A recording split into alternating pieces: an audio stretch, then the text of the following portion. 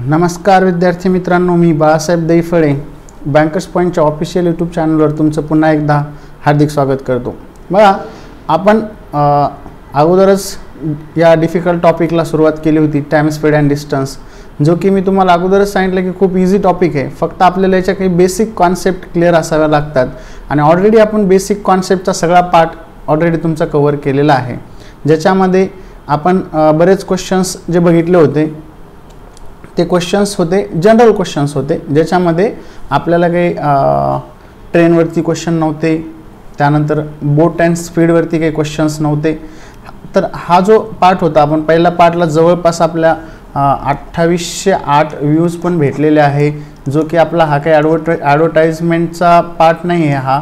हा आपला actually part जो आहे तो टॉपिक आहे, पण त्या टॉपिकला सुद्धा आपले इतके सारे व्ह्यूज भेटले म्हणजे खूप मोठी गोष्ट आहे ती ॲक्च्युली आपल्यासाठी। आपण फर्स्ट टाईमच तो व्हिडिओ आपण अपलोड केला होता, पण माझी अशी एक विनंती असेल, व्ह्यूज वाढवण्यापेक्षा आपण जास्तीत जास्त म्हणजे कमी लोकांनी जरी पाहिला व्हिडिओ तरी चालतो, पण पूर्ण व्हिडिओ पाहिला तर त्याच्यातून तुम्हाला म्हणजे समजेल ॲटलिस्ट, आणि समजलं त्यामध्येच खूप मोठं आपलं समाधान असेल। तर विद्यार्थ्यांनी फक्त कृपया करून एक गोष्ट करावी की व्हिडिओ जो आहे तो संपूर्ण म्हणजे पूर्ण व्हिडिओ बघावा, जेणेकरून आपल्याला अंडरस्टँडिंग होईल। मग आपण त्याच्यामध्ये हे कन्वर्जनचा पार्ट कव्हर केला होता, त्यानंतर बरेच क्वेश्चन्स आपण सॉल्व केले, काही नोट्समधले डाऊट्स पण आपण त्याच्यामध्ये घेतले होते। त्यानंतर याच्यामध्ये आपण बेसिक झाल्यानंतर आपण इफेक्टिव्ह स्पीड बघितली, सॉरी एक सेकंड, त्याच्यामध्ये आपण इफेक्टिव्ह स्पीडचा पार्ट पण घेतला होता। त्याच्या अगोदर आपण इफेक्टिव्ह स्पीडच्या अगोदर काय घेतलं होतं, तर ते होतं आपलं ॲव्हरेज स्पीड होती, ठीक आहे। मग ह्या ज्या गोष्टी होत्या आपण ऑलरेडी याच्यामध्ये कव्हर केलेल्या आहे। आता ह्याच पार्टला घेऊन आपण पुढचा जो म्हणजे प्रॉब्लेम्स असतात आपले, मोस्टली टाइम स्पीड अँड डिस्टन्समध्ये जे प्रॉब्लेम्स विचारले जातात ते प्रॉब्लेम्स विचारले जातात ट्रेन्सवरती। मग प्रॉब्लेम ऑन ट्रेन्स कसे सॉल्व करायचे, तर याच्यासाठी आपल्याला मुळात फक्त दोन कॉन्सेप्ट वेगळे आहेत, बाकी सगळं बेसिक जर आपल्याला प्रॉपर येत असेल तर आपण जे काही प्रॉब्लेम्स ट्रेनवरती असतील ते आपण सॉल्व करू शकतो। आता याच्यामध्ये मी भरपूर सारे ट्रेनचे प्रॉब्लेम ऑलरेडी घेतलेले, तर ते प्रॉब्लेम्स पण आपण याच्यामध्ये सॉल्व करून घेऊ, मी तुम्हाला ते सॉल्व पण करून दाखवल। त्या अगोदर त्याची कॉन्सेप्ट काय ते आपण बघू। बघा, जेव्हा ट्रेन क्रॉस करते, आता ट्रेन कशाला क्रॉस करते, तर ट्रेन एखाद्या माणसाला क्रॉस करते, एखादा माणूस उभा असेल किंवा तो चालत पण असू शकतो, त्यानंतर एखादं झाड असेल, त्यानंतर एखादा पोल असेल, त्यानंतर एखादा टेलिफोनचं बूथ असेल, बरोबर। तर जेव्हा ह्या गोष्टीला ट्रेन क्रॉस करत असते तेव्हा आपल्याला विचारलं जातं, त्याचा एखादा सिंपल क्वेश्चनसुद्धा आपण घेऊ। A train 110 metre long train passes a telegraph pole in 3 seconds, then मग आपल्याला विचारलं जाईल what is the length of train. फक्त एवढाच जर क्वेश्चन घेतला तर आपल्याला काय सांगितलं, if a train 110 metre long passes a telegraph pole in 3 seconds, then what is the length of train। मग आता ह्या केसमध्ये काय विचारलं आपल्याला, डिस्टन्स विचारला आहे का कुठला, नाही। तर अशा केसमध्ये डिस्टन्स विचारलेला आहे, पण तो डिस्टन्स इज इक्वल टू आपल्याला इथं काय दिलेलं आहे, length of train. Distance is equal to काय दिलेलं आहे इथं, लेंथ ऑफ ट्रेन। मग आपल्याला अशा केसमध्ये समजा हा एक पोल आहे, ह्या पोलला ट्रेन काय करते, क्रॉस करते, पोल तर उभा आहे इथं, मग काय होतं, ही ट्रेन एवढी जी ट्रेन असते ही ट्रेन इथून आपली इथं येऊन थांबलेली असते, बरोबर। म्हणजे हा एवढा डिस्टन्स तिने काय केलेला असतो, कव्हर केलेला असतो। म्हणजेच ह्या केसमध्ये आपल्याला लेंथ ऑफ काय विचारलं जातं, ट्रेन विचारलं जातं। मग लेंथ ऑफ ट्रेन म्हणजेच काय असतं इथं, डिस्टन्स असतं। पण कोणकोणत्या केसेसमध्ये, जर मॅन एखादा क्रॉस केलेला असेल, एखादं झाड क्रॉस केलेलं असेल, एखादा पोल क्रॉस केलेला असेल, एखादा टेलिफोन बूथ क्रॉस केलेला असेल, तर ह्या केसमध्ये डिस्टन्स इज इक्वल टू असतं लेंथ ऑफ ट्रेन। फक्त एवढंच याच्यामध्ये एक लक्षात ठेवायचं। त्यानंतर जर त्याच ट्रेनने एखादा प्लॅटफॉर्म, आता ट्रेन प्लॅटफॉर्मला पण हे करते ना, क्रॉस करते, त्यानंतर एखादी दुसरी स्टेशनरी ट्रेन असेल, दुसरी एखादी उभी ट्रेन, स्टेशनरी ट्रेन म्हणजे एखादी उभी राहिलेली ट्रेन असेल, त्यानंतर एखादा टनेल असेल, टनेल म्हणजे बोगदा, बरोबर। तर ह्या गोष्टी प्लॅटफॉर्म, स्टेशनरी ट्रेन, टनेल जर समजा एखादी रिव्हर असेल किंवा आता रिव्हर आणि ब्रिज असतं तर त्याच्यापैकी दोन्हीपैकी एक काहीतरी, तर ह्या गोष्टी जेव्हा ट्रेन क्रॉस करत असते त्यावेळेस मात्र जो डिस्टन्स दिलेला असतो, आता इथे दिलं आपल्याला, if the train 110 metre long passes telegraph pole in 3 second. आता सॉरी, इथं what is the length of the train नाही विचारणार, कारण इथं ट्रेनची लेंथ आपल्याला दिलेली आहे. मग ह्या ठिकाणी काय विचारतील आपल्याला, एवढाच जर क्वेश्चन घेतला तर what is the speed of train, काय विचारतील, what is the speed of train, कारण एवढ्या जागेत इथं स्पीड दिलेली नाही. आता इथे दिलंय time taken in second by it to cross a railway platform 165 metre. आता इथे जर स्पीड भेटली तर त्यानंतर आपल्याला पुन्हा प्लॅटफॉर्म क्रॉस करायचं तर त्याला किती वेळ लागेल असा क्वेश्चन विचारलेला आहे. मग आता ह्या केसमध्ये आपल्याला अगोदर इथं स्पीड कॅल्क्युलेट करावं लागेल, पण इथं ट्रेनची लेंथ दिलेली आहे. पण जर इथं ट्रेनची लेंथ नसती दिली आणि स्पीड दिली असती तर आपल्याला काय कॅल्क्युलेट करावं लागलं असतं, length of train cross calculate करावं लागलं असतं. मग आता ह्या केसमध्ये काय, जर समजा इथं तुम्ही प्लॅटफॉर्म क्रॉस करायचं आहे आपल्याला, मग आता अगोदर तुम्हाला मी काय सांगितलं, जर समजा आपण एखादा माणूस, एखादा ट्री, झाड, एखादा पोल, एखादा टेलिफोनचा बूथ जर क्रॉस करत असेल तर डिस्टन्स इज इक्वल टू ह्या केसमध्ये असते length of train.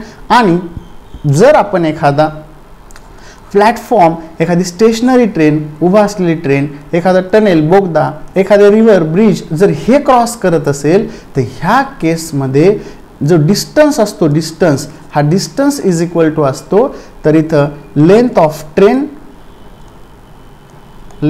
Train plus इथं याच्यापैकी एकाची लांबी, म्हणजे इथं आता प्लॅटफॉर्म आहे या क्वेश्चनमध्ये म्हणून आपण इथं प्लॅटफॉर्म घेऊ. मग डिवायडेड बाय इथं स्पीड केली की आपल्याला काय भेटत असतो, टाइम. म्हणजेच डिस्टन्स इज इक्वल टू आपल्याला हे भेटल. जर यापैकी काही क्रॉस करायचं असेल, ह्या गोष्टी ध्यानातच ठेवायच्या, यापैकी काही क्रॉस करायचं असेल तर डिस्टन्स इज इक्वल टू ह्या दोन गोष्टी असतात. मग याच्यामध्ये फॉर्म्युले कसे बनतात, तर फॉर्म्युले असे बनतात, इथं बघा, जर समजा एखादी ट्रेन क्रॉस करत असेल तर L1 divided by S1 is equal to भेटतं टाइम. L1 म्हणजे काय, तर इथं आलं लेंथ ऑफ ट्रेन, ठीक आहे. त्यानंतर S1 म्हणजे काय, स्पीड ऑफ ट्रेन. त्यानंतर T म्हणजे काय, टाइम. हा झाला एक फॉर्म्युला. दुसरा फॉर्म्युला याच्यामध्ये काय बनतो, तर L1 plus L2 divided by S1 is equal to time. म्हणजे L1 म्हणजे तर हेच घ्यायचं आहे आपल्याला, S1 म्हणजे हेच घ्यायचं आहे, T म्हणजे पण तेच घ्यायचं आहे. म्हणजे इथं L2 जे तयार होतं तर आपण दुसऱ्या कोणत्या गोष्टीला क्रॉस करणार आहे, म्हणजे इथं प्लॅटफॉर्मला क्रॉस करणार आहे का, आपण एखाद्या स्टेशनरी ट्रेनला क्रॉस करणार आहे का, एखाद्या टनेलला, बोगदा पार करणार आहे आपण, किंवा एखादा तुम्हाला इथं जे दिलेलं असेल stationary train, platform, tunnel, river असेल किंवा एखादा ब्रिज असेल, तर हे जे आपण क्रॉस करणार असेल तर ह्या केसमध्ये L2 म्हणजे ह्यापैकी एक व्हॅल्यू असणार आहे.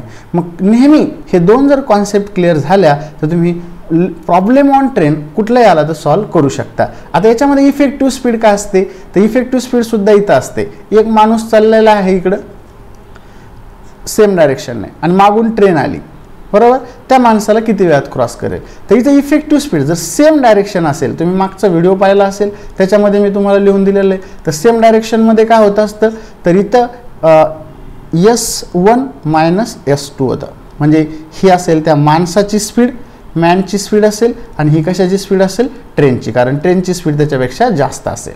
जर अपोजिट डायरेक्शन असेल, माणूस इकडून यायला, ट्रेन इकडून यायली, तर त्या केसमध्ये अपोजिट डायरेक्शन असेल. आता हे माणसाच्या बाबतीत घ्यायला बरं मी, ऑपोजिट डायरेक्शनमध्ये काय होईल, तर याच्यामध्ये होईल S1 प्लस S2, ठीक आहे. तर याचा एक मी तुम्हाला चार्टच बनवून देतो नंतर, पण सुरुवातीला बेसिक क्वेश्चन्स बघा आपण ह्या दोनच फॉर्म्युल्यावरती सॉल्व्ह करू शकतो. याचा आपण चार्ट इमिडिएट बनवून देतो, कारण बरेच जण व्हिडिओ नंतर पुन्हा त्याच्यामध्ये काही क्वेश्चन आले की लगेच स्किप करतात, क्वेश्चन बघत नाही, काहीच नाही. म्हणून बघा दोन गोष्टी असतात इथं, काय काय असते, इथं राहील डिस्टन्स, इथं राहील स्पीड. बघा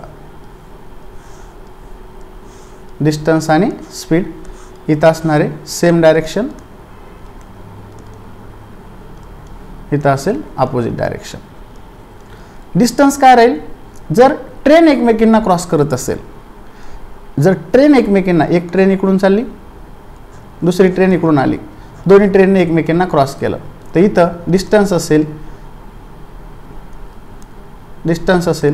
L1 प्लस L2. ओके, जर सेम डायरेक्शन असेल, अपोजिट डायरेक्शन असेल तरीसुद्धा L1 प्लस L2 डिस्टन्स तोच राहील सेम. इथं सेम डायरेक्शनमध्ये स्पीड जी असेल ती काय असणार आहे S1 मायनस S2. याचे एक्झाम्पल घेऊ आपण, नो इश्यू. त्यानंतर इथं अपोजिट डायरेक्शनमध्ये S1 प्लस S2. इथं फक्त डिस्टन्स चेंज झाला. अगोदर मी तुम्हाला इफेक्टिव्ह स्पीडमध्ये सांगितलेलं आहे S1 S2 काय असतं, S1 प्लस S2 काय असतं. इथं फक्त डिस्टन्स वाढल्यामुळं, म्हणजे डिस्टन्स हा ट्रेनचा असतो त्यामुळं हे आपण घेतलेलं आहे. पण एखाद्या केसमध्ये जर माणसाला तिथं घेतलेलं असेल, मॅन, आता हे कशामध्ये घेतलं आपण, टनेल असेल, एखादी रिव्हर असेल, एखादा ब्रिज असेल, एखादा प्लॅटफॉर्म असेल, एखादं स्टेशनरी ट्रेन असेल, तर ह्या केसमध्ये ह्या दोन्ही कॉन्सेप्ट लागू होईल. पण जर समजा एखादा मॅन असेल किंवा एखादा ट्री असेल, झाड, किंवा एखादा टेलिफोन बूथ असेल, तर ह्या केसमध्ये L1 म्हणजे नेहमी काय राहणार आहे, स्पीड डिस्टन्स म्हणजे L1च राहणार आहे, म्हणजे लेंथ ऑफ द ट्रेन. आणि हे सेमच राहील as it is S1 minus S2. आणि इथं सुद्धा S1 प्लस S2 राहील. कोणत्या केसमध्ये, ह्या केसमध्ये man, tree, telephone booth opposite side असेल तरीसुद्धा. पण इथं जो डिस्टन्स राहील तो काय राहील, फक्त L1 राहील. कारण एखाद्या माणसाला क्रॉस करतोय आपण, तर ह्या माणसाला काही 4-5 एकर किंवा 4-5 फूट किंवा 4-5 किलोमीटरचा किंवा 400 मीटरचा डिस्टन्स नसतो. मग हा माणूस इथं उभा असतो, फक्त हा ट्रेनचाच डिस्टन्स असतो जो ट्रेनला कव्हर करून इथं जाऊन थांबायचं असतं. म्हणून अशा केसमध्ये डिस्टन्स हा फक्त काय असतो, L1 असतो. मग हे बेसिक कॉन्सेप्ट ह्या प्रॉब्लेम ऑन ट्रेनच्या, त्याच्यामधल्या म्हणजे प्रीसाठी तर ह्या दोन जरी केल्या तुम्ही प्रॉपर तरी तुम्हाला व्यवस्थित समजून जाईल. हे ज्या टाईपचे क्वेश्चन्स हे मेनसाठी तुम्हाला विचारले जातील. आपण आता याचे काही क्वेश्चन्स जे दिलेले आहेत, घेतलेले आहेत आपण काही क्वेश्चन्स, ते क्वेश्चन इथं आपण आज सॉल्व करू. बघा,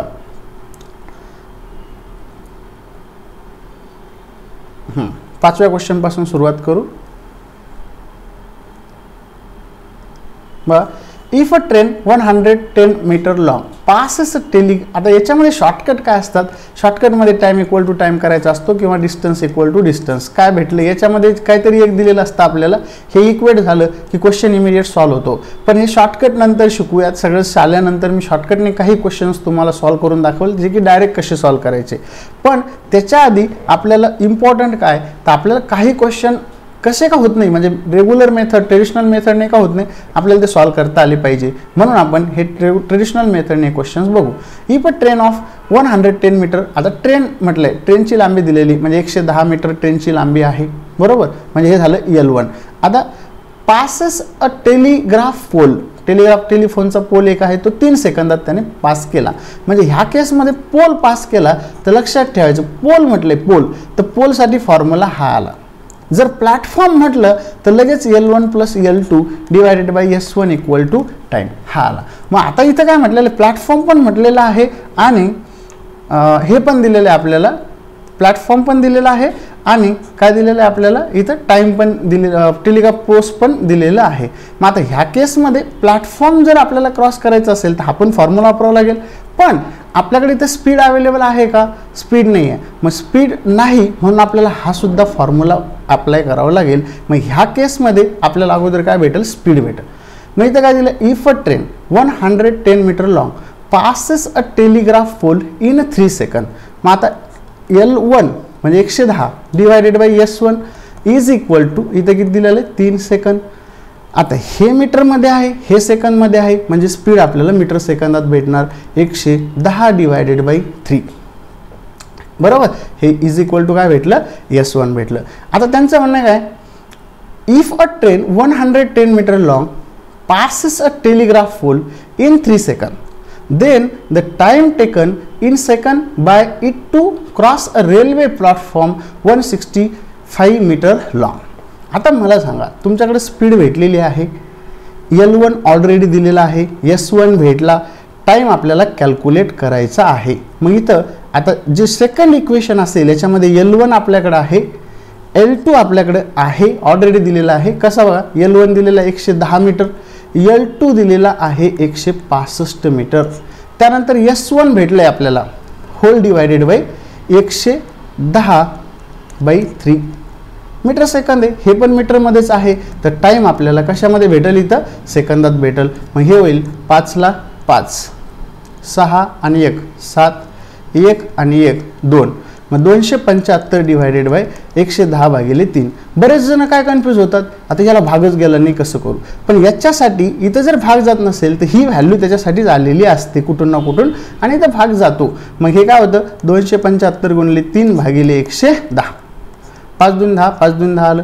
इथं काय आलं, 5 - 25, 2 उरले, 5 - 25, 11 2 22, 11 × 55, 5 3 15 भागिले 2, 15 भागिले 2 म्हणजेच किती सेकंद लागतील, इथं 7.5 सेकंद. आता हे कसं आहे, बेसिक एकदा समजेपर्यंत थोडासा तुम्हाला याच्यामध्ये वेळ लागणार, पण ह्या दोन फॉर्म्युल्याच्या बाहेर काही आहे का, नाही. बेसिक क्वेश्चन तुम्ही ह्या फॉर्म्युल्याने सॉल्व करू शकता. पाहिजे तर तुम्ही याला एकदा लिहून घेऊ शकता, काहीही प्रॉब्लेम येणार नाही. नेक्स्ट क्वेश्चन बघा काय दिलेला आहे. A train 700 metre long is running at the speed of 72 km/h. आता बघा, एक ट्रेन आहे, ट्रेनची लांबी आता कसं आहे, 700 मीटर ट्रेनची लांबी आहे, बरोबर. L1 दिलेलं आहे. पुन्हा काय म्हटले, running at the speed of 72 km/h. आता S1 दिलेला आहे 72 km/h, बरोबर. If it crosses a tunnel in 1 minute. आता टनेल आला, इथं टनेल आला तर इथं L2 पण आला, म्हणजे हा आपल्याला दिलेला नाही. टनेल किती वेळामध्ये क्रॉस करते म्हटलं त्याने, 1 minute टाइम दिलेला आहे. 1 minute म्हणजेच किती सेकंद, 60 सेकंद. Then the length of the tunnel in metre is, then the length of the tunnel in metre is. आता ह्या 4 गोष्टी आपल्याला लागतात, आणि ह्या 4 गोष्टी आल्यानंतर फॉर्म्युला येतो L1 + L2 divided by S1 is equal to time. मग आता L1 आपल्याकडे आहे 700, पण एक लक्षात ठेवा, बेसिकमध्ये शिकलो होतो हे सगळं हे मीटरमध्ये आहे, टनेल पण आपला मीटरमध्येच येईल, ऑप्शन सगळे मीटरमध्येच जवळपास, आणि टाइम सेकंडमध्ये आहे, पण स्पीड आपली km/h आहे. मग जशास तसं हे इथं L2 तर काढायचं आहे आपल्याला, हे मांडून घेऊ सध्या, L2 तर मांडलं आपण, पण हे जशास तसं इथं मांडता येईल का, हे पण 60 सेकंद आपण इथं मांडले, पण इथं 72 मांडता येणार नाही. जर हे 72 घेतलं तर याला इंटू करावं लागेल 5/18. आता इंटू 5/18 काय केलं तर मोठ्या युनिटला आपल्याला लहान युनिटमध्ये कन्वर्ट करायचं आहे. मग 18 चोक 72, 5 चोक किती होईल इथं 20. मग हे काय होईल तर 700 + L2 बरोबर sin दुनी 12 0 0, म्हणजेच L2 बरोबर 1200 - 700, म्हणजेच L2 बरोबर किती भेटलं 500. म्हणजे अवघड आहे का हे, नाही. खूप सोपं आहे. ह्या पद्धतीने जर आपण याला सॉल्व केलं, 4च गोष्टी, ह्या 4 असेल, कधी कधी हे नसेल तर 3 गोष्टी असतील, तर हे बेसिक क्वेश्चन म्हणाले. बेसिक क्वेश्चन तुम्ही ह्या पद्धतीने सॉल्व करू शकता. पाहिजे तर ते तुम्ही लिहून घेऊ शकता, काही अडचण येणार नाही. त्यानंतर बघा, हे ऑलरेडी लिहून घ्या किंवा स्टॉप करून अगोदरच लिहून घेत चला, काही अडचण येणार नाही. 7वा क्वेश्चन बघा काय. If a 200 metre long train crosses a platform. आता बघा, प्लॅटफॉर्म आलाय, मी सांगितलेलं इथं 2च गोष्टी लक्षात ठेवायच्या आपल्याला. जर प्लॅटफॉर्म असेल, टनेल असेल, त्यानंतर रिव्हर असेल, त्यानंतर ब्रिज असेल, त्यानंतर स्टेशनरी ट्रेन असेल, तर आपण L1 + L2 divided by S1 equal to time हा फॉर्म्युलाच वापरायचा. ठीक आहे. आणि जर समजा हे नसेल, टेलिफोन बूथ असेल, त्यानंतर ट्री असेल, त्यानंतर एखादा मॅन असेल, एखादा पोल असेल, तर ह्या केसेसमध्ये मात्र L1 divided by S1 equal to time. आता हे काय तुम्हाला जास्त, आता हे थोडंफार तर लक्षात ठेवावंच लागेल, त्याच्याशिवाय तुम्ही प्रॉब्लेम सॉल्व करू शकणार नाही, कारण बेसिक तुम्हाला त्याच्याशिवाय कळणार नाही. आता क्वेश्चन काय बघा. If a 200 metre long train crosses a platform. आता बघा, L1 दिलेला आहे आपल्याला, किती मीटर आहे 200. आता हे असं परीक्षेत लिहायची गरज नाही, मी फक्त तुम्हाला एक्सप्लेन करतोय म्हणून आपण ते तिथं लिहून देतोय. मग काय म्हटलं, if a 200 metre long train crosses a platform of same length as of the train. आता मला सांगा, सेम लेंथ म्हटलेलं आहे, सेम लेंथ म्हणजे किती असेल प्लॅटफॉर्मची सुद्धा 200च असेल, बरोबर. आता म्हटलं same length as that of the train in 20 second. आता टाइम पण दिलेला आहे, किती सेकंदात क्रॉस करते 20 सेकंड. मग आपल्याला इथं विचारणारच काय, दुसरं फक्त स्पीड विचारावं लागेल, कारण दुसरं काही राहिलंच नाही विचारायला. मग मांडा फॉर्म्युल्यामध्ये 200 + 200 डायरेक्ट 400 होईल. परत तुम्हाला जर कुठून घेतलं तर हे फॉर्म्युला होता 200 + 200 400 डिवायडेड बाय 20. मग इथं काय भेटलं आपल्याला, तर हे 400 भागिले 20 घेतलं आपल्याला, 400 भागिले 20, 20 दुनी 40, 20 मीटर सेकंद. कारण हे मीटरमध्ये होतं आपल्याकडं आणि हे सेकंदामध्ये आहे, तर आपल्याला जी स्पीड भेटली ती भेटली मीटर सेकंद. बस ना, ठीक आहे. तर ती स्पीड आपल्याला भेटली मीटर सेकंदमध्ये. मग आता 20 मीटर सेकंद असेल आपल्याला इथं स्पीड, जेव्हा केव्हा आपल्याला ट्रेनची स्पीड विचारलेली असेल तेव्हा ती स्पीड नेहमी किलोमीटर हवर्समध्ये असते. मग आता हे 20 मीटर सेकंद भेटलेली आहे, तर ह्या 20 मीटर सेकंदचं कन्व्हर्जन करावं लागेल आपल्याला किलोमीटर हवर्समध्ये, म्हणजे 18/5 मध्ये. म्हणजेच 5 चोक 20 आणि 18 चोक 72, म्हणजे आपला आन्सर असेल 72 किलोमीटर हवर्स. क्लिअर आहे का? म्हणजे ह्या पद्धतीने तुम्ही हे प्रॉब्लेम सुद्धा सॉल्व करू शकता, काही याच्यामध्ये अडचण येणार नाही. बघा नेक्स्ट क्वेश्चन मग काय दिलेलं आहे आपल्याला याच्यामध्ये. तर नेक्स्ट क्वेश्चन बघा, 2 train.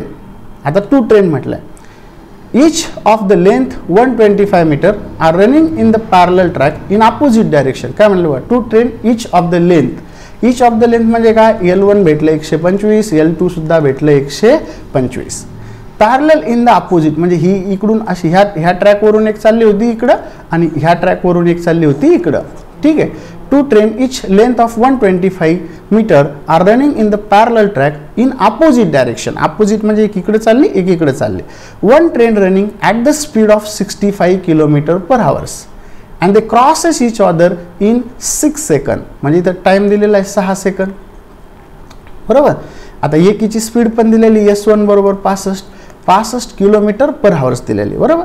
Then the speed of the other train. आता एक गोष्ट लक्षात ठेवायची, मी तुम्हाला याच्यामध्ये सांगितलं होतं जर ट्रेन अपोजिट डायरेक्शनने असेल तर त्या केसमध्ये डिस्टन्स असतो L1 + L2 आणि स्पीड असते S1 + S2.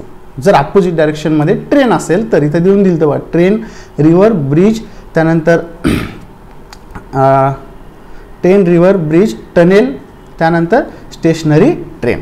मग ह्या केसमध्ये आपल्याला काय इथं स्पीड जी आहे ती काय करायचं आहे S1 + S2 करायचं आहे. मग आता इथं S2ची सुद्धा आवश्यकता असेल आपल्याला.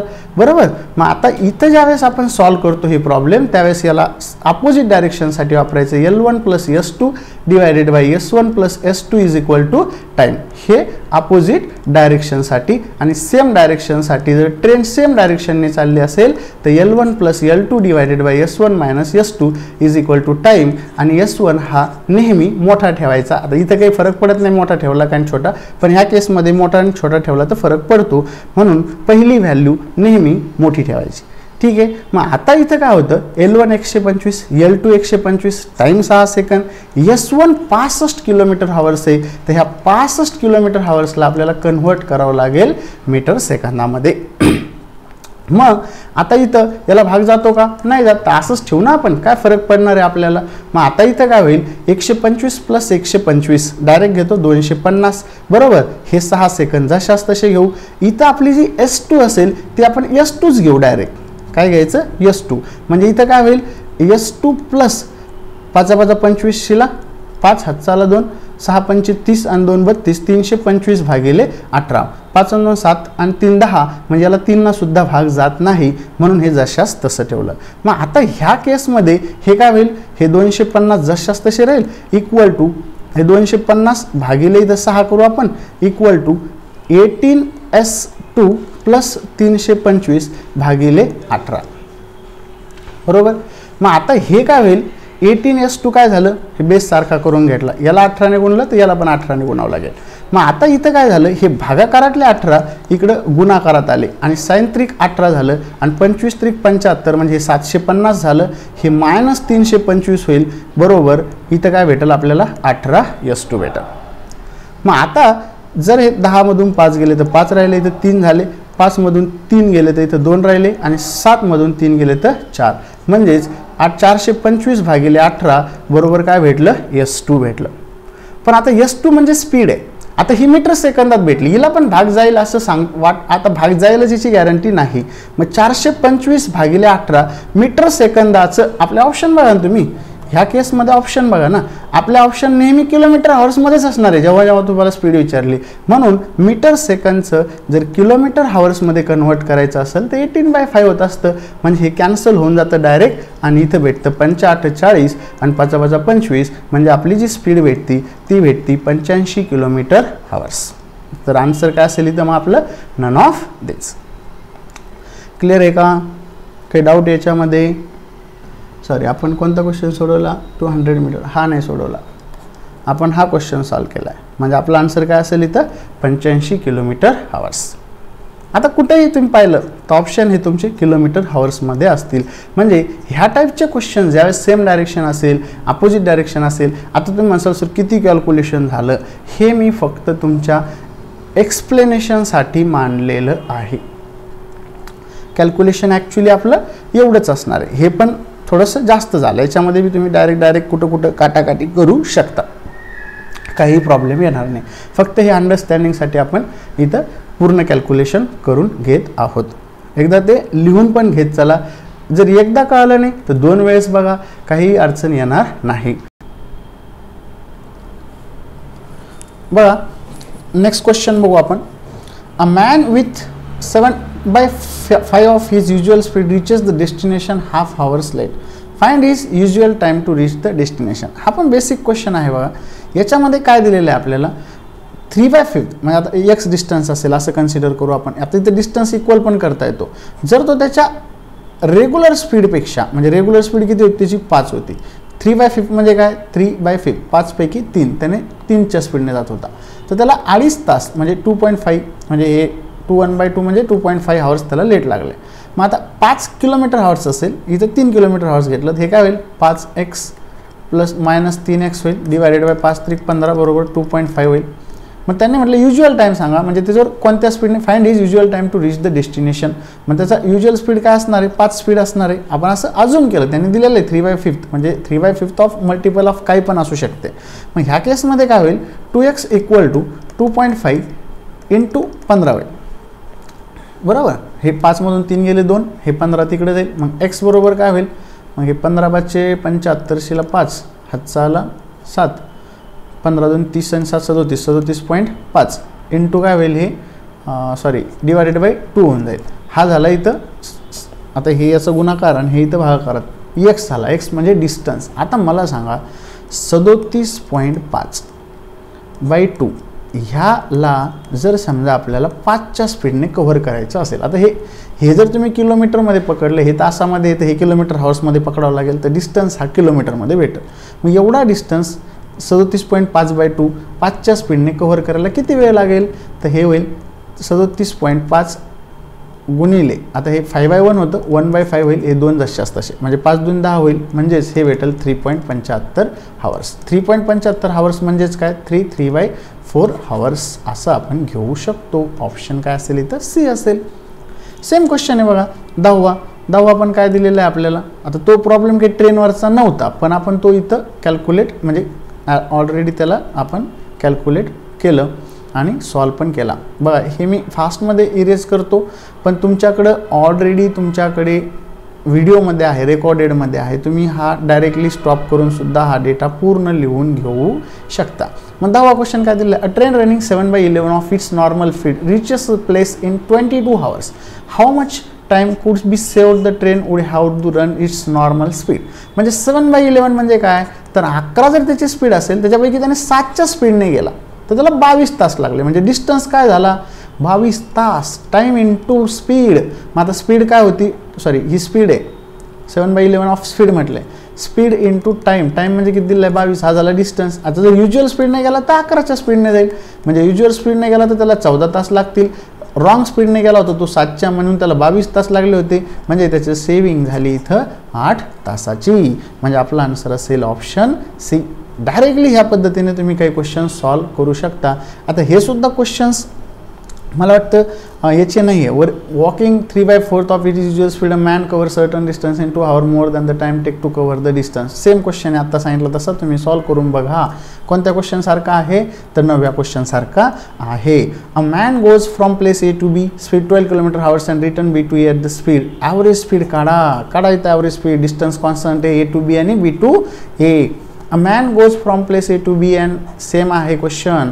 A car travel first 39 km distance in 45 minute while the next 25 minutes hours मध्ये कन्वर्जन करा आणि इथं सुद्धा ॲव्हरेज स्पीड काढून घ्या. A truck cover 224 km in 4 hours. the average speed of the average speedचे क्वेश्चन तुम्ही सॉल्व करून घ्या. ट्रेन फेअर्स आहे तर हे काही नाही, तुम्ही बघा हा क्वेश्चन काय फेअरचा क्वेश्चन आहे, याच्यामध्ये काही संबंध येत नाही. कशाचा संबंध येत नाही, टाइम स्पीड अँड डिस्टन्सचा. काय म्हटले, train fare between Patna to Munger for 1 adult 3 times the train fare of 1 child. म्हणजे चाइल्डचं जर 1 रुपया असेल तर अडल्टसाठी 3 times म्हणजे किती रुपये आहे, 3 रुपये आहे. If adult fare is 102 then what will be, अडल्टचा फेअर जर 102 असेल तर 102 3 त्रिक 9 3 चौक 12 म्हणजे चाइल्डचा फेअर असेल 34 रुपये. Then what will be the fare of 2 adults and 3 children, 2 adults and 3 children. 4 त्रिक 12 3 त्रिक 9 10 म्हणजे 102 झाले, 2 2 4 0 2 1 2 204 झाले, म्हणजेच 4 आणि 2 6 0 306 रुपये झाले. याचा आणि टाइम स्पीड अँड डिस्टन्सचा काही संबंध नाही. पण पोरं का एकदा ट्रेन दिसली रे बाबा, ट्रेन दिसली की नको म्हणते लई स्लो चालती ही, म्हणून आम्हाला सॉल्वच करायचं नाही आणि ट्रेनचे क्वेश्चन सॉल्व करत नाही. पण हे क्वेश्चन हातचे मार्क्स तुम्हाला इथं हातचे मार्क्स याच्यामध्ये भेटत असतात ह्या टाईपच्या क्वेश्चन्समध्ये. इथं दिलेलं आहे बघा, if the length of the train is 700 metre, जर एका ट्रेनची लांबी 700 मीटर असेल and the length of the platform L1 भेटलं, L2 पण भेटलं 500, find the time taken by the train moving 54 km/h. S1 पण भेटलं 54 km/h, पण इथं मीटरमध्ये आहे. 7 आणि 5 हे 1200 झालं, डिवायडेड बाय 54 गुणिले 5/18. 18 2 34 18 54 5 त्रिक 15 15 8 120 80 सेकंद लागल फक्त. आणि क्वेश्चन सोडवायला किती सेकंद लागतील, 10 सेकंद लागल. डायरेक्टली तुम्ही याला सॉल्व करू शकता. हा क्वेश्चन प्री लेवलला तर कधीही विचारला जाऊ शकतो आणि याला वेळ लागणार आहे का, नाही. पण ट्रेन आली ना, ट्रेन आली की पोरांना कसतरीच होतं बाबा, काय करावं काही कळत नाही. पण याला भिवून चालणार नाही, हे क्वेश्चन खूप इझी आहे, डायरेक्ट सॉल्व करू शकता. A 75 metre long train is moving 20 km/h. It will be cross man standing on platform is. आता हा क्वेश्चन आतापर्यंत आला नव्हता पण इथं आलेला आहे. काय म्हटलंय, 75 मीटर लॉंग ट्रेन बरोबर 20च्या स्पीडने जाते आणि एका माणसाला क्रॉस करते. एक मॅन आहे, मॅन म्हटल्यानंतर L1 divided by S1 equal to काय असतं, टाइम. L1 म्हणजे length of train 75, speed 20 km/h आहे. हिला 5/18 ने गुणा कशामध्ये जाईल, मीटर सेकंदात. तर ही किती सेकंदात क्रॉस करल म्हटले. आता इथं कधी कधी भाग जात नसतो पण इथं भाग जाईल ना, कसं होईल, 20 5 100/18 आहे म्हणजे 75 डिवायडेड बाय 100/18 आहे, म्हणजेच 75 गुणिले असं करू शकतो ना आपण 18/100. गेला का भाग, 25 चौक 100 25 त्रिक 75 4 त्रिक 12 सॉरी 4 चौक 16 2 उरले 4 25 4.5 त्रिक 4 त्रिक 12 5 त्रिक 15 म्हणजे 13 पॉईंट किती सेकंद लागेल इथं, 5 सेकंद. किती सोपं आहे. पण ट्रेन आली की लय तोंड वाकडं करतात बाबा.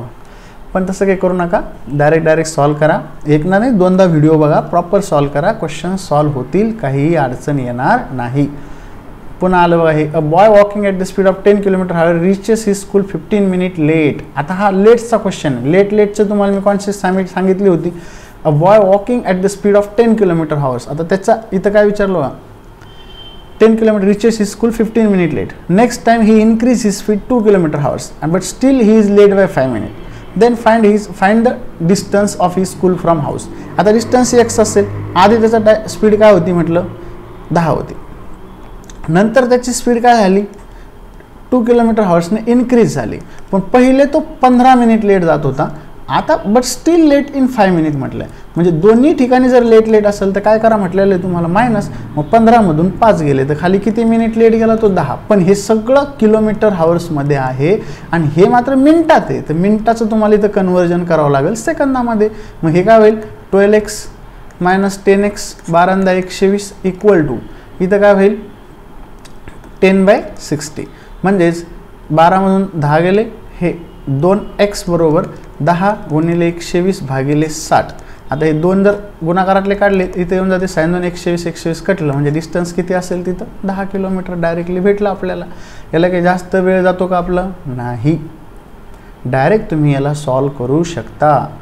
आता इथं काय दिलं आहे, 2 men A and B start from place P walking at 3 km and 3.5 km respectively. How many km will they apart end of the 3 hours if they walk opposite direction?